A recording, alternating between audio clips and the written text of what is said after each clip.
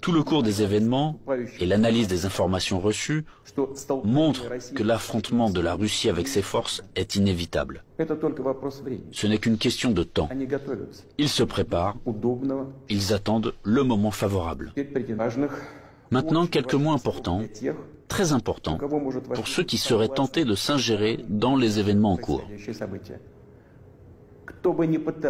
Quiconque essaiera d'interférer contre nous, et plus encore de créer des menaces pour notre pays, pour notre peuple, doit savoir que la réponse de la Russie sera immédiate et mènera à des conséquences auxquelles vous n'avez jamais fait face dans votre histoire.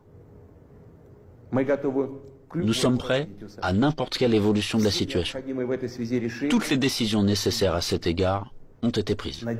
En effet, ils disposent aujourd'hui de grandes capacités financières, scientifiques, technologiques et militaires.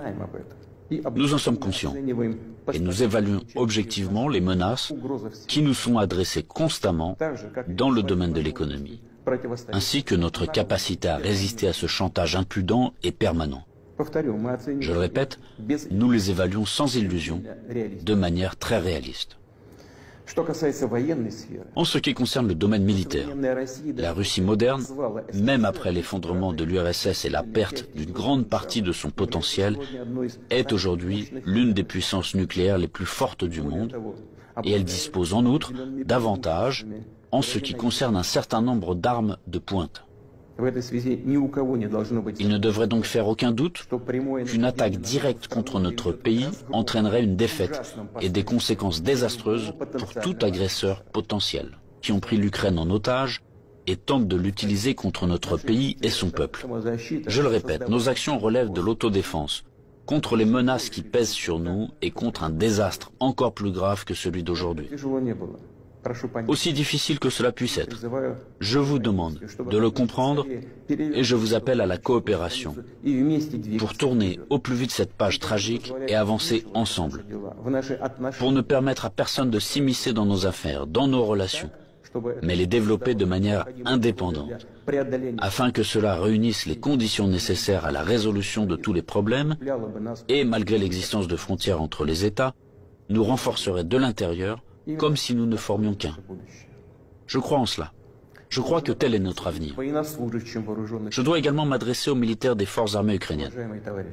Chers camarades, ce n'est pas pour que les néo-nazis d'aujourd'hui prennent le pouvoir en Ukraine que vos pères, vos grands-pères, vos arrière-grands-pères se sont battus contre les nazis en défendant notre patrie commune. Vous avez prêté serment d'allégeance au peuple ukrainien et non à la junte hostile au peuple qui pille l'Ukraine et persécute ce même peuple. Ne suivez pas ces ordres criminels. Je vous exhorte à déposer les armes immédiatement et à rentrer chez vous. Je tiens à le préciser, tous les militaires de l'armée ukrainienne qui obéissent à cette exigence pourront librement quitter la zone des hostilités et retourner auprès de leur famille. Une fois de plus, j'insiste fortement, toute responsabilité pour une éventuelle effusion de sang reposera entièrement sur la conscience du régime au pouvoir sur le territoire de l'Ukraine. J'espère être entendu. Chers citoyens russes, le bien-être, l'existence même d'États et de peuples entiers, leur succès, leur viabilité, trouvent toujours leur origine dans le puissant système des racines englobant leur culture et leurs valeurs. L'expérience et les traditions de leurs ancêtres, et bien sûr, dépendent directement de la capacité à s'adapter rapidement à une vie en constante évolution, de la cohésion de la société, de sa volonté de se consolider, de rassembler toutes les forces pour aller de l'avant. Les forces sont toujours nécessaires, toujours. Mais la force peut être de qualités diverses. La politique de l'empire du mensonge que j'ai évoquée au début de mon intervention repose avant tout sur la force brutale et directe. Dans de telles situations, nous disons, quand il y a de la force, pas besoin d'avoir quelque chose dans la tête. Or, nous savons que la vraie force réside dans la justice et la vérité, qui sont de notre côté.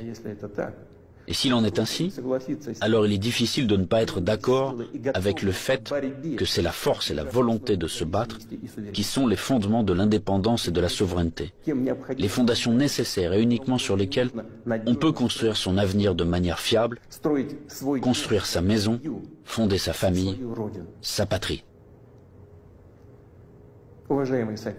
Chers compatriotes, je suis convaincu que les soldats et les officiers des forces armées russes fidèles à leur pays accompliront leur devoir avec professionnalisme et courage. Je ne doute pas que tous les niveaux du pouvoir et les spécialistes responsables de la stabilité de notre économie, du système financier et du domaine social, ainsi que les dirigeants de nos entreprises et tous les milieux d'affaires russes travailleront d'une manière harmonieuse et efficace.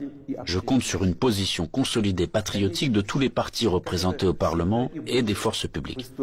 Après tout, comme cela a toujours été dans l'histoire, le destin de la Russie se trouve entre les mains fiables de notre peuple multinational. Cela signifie que les décisions adoptées seront exécutées, que nos objectifs seront atteints et que la sécurité de notre patrie sera garantie d'une manière sûre.